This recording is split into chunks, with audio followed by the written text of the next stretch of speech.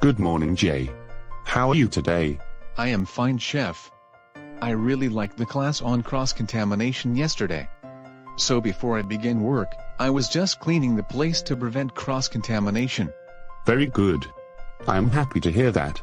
Today I am going to show you how to keep things in the refrigerator so that there is no cross-contamination inside the refrigerator. Come with me to the walk-in. So Jay, I am sure you have visited the walk-in cooler. I am going to explain you how to store things in the cooler to ensure we reduce cross-contamination. So even before I begin, tell me, what do you see that can help prevent cross-contamination? I could see that the cupcakes are kept on a separate trolley. I guess that is because they are ready to eat. You're absolutely correct. Keeping ready-to-eat food separately reduces the chances of cross-contamination. Now let's take a closer look at the shelves and how we are storing things in the shelf.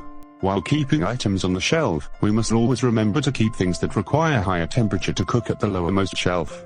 Yes, chef. I know why, because you explained it yesterday. If you have not watched that video, go see that video so that you understand better. You're right, Jay. Food items that cook at a higher temperature should be kept at the lowest shelf. So can you tell me what food items require the maximum temperature? That would be all poultry and ground meat. Yes, you were correct. Imagine if I were to take a chart paper and draw how we store the items, it would look like this.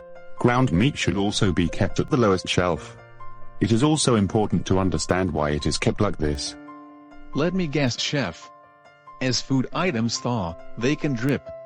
And in case the dripping fall into the lower shelf, it can contaminate the items in the shelf below. Yes. Jay is absolutely correct.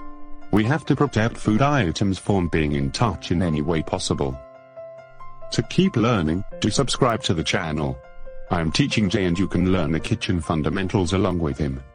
If you find this video useful, do share it with your friends.